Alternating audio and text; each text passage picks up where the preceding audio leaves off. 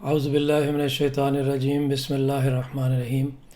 ناظرین کرام، قرآن کا بنیادی پیغام کیا ہے، اس سے متعلق چند ایک اور باتیں آپ کی خدمت میں پیش کر دیتا ہوں۔ قرآن یہ بھی بحث اٹھاتا ہے کہ خدا کا کلام کسی خاص قوم کے لیے مخصوص نہیں، بلکہ اللہ تعالیٰ جس قوم میں چاہے جب مرضی نبی برپا کرے اور اپنا کلام ان کو عطا کر دے۔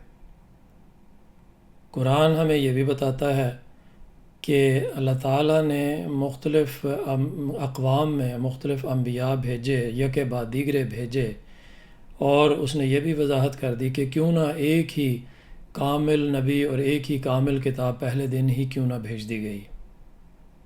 قرآن ہمیں یہ بھی بتاتا ہے کہ نبی اور غیر نبی میں کیا فرق ہے، نبی کی کتنی قسمیں ہیں اور نبی کے فرائض کیا ہیں، نبی اور خدا میں کیا فرق ہے، نبی کی بعثت کی غرض کیا ہے، نبی اور اس کی امت کے درمیان کیسا تعلق ہونا چاہیے۔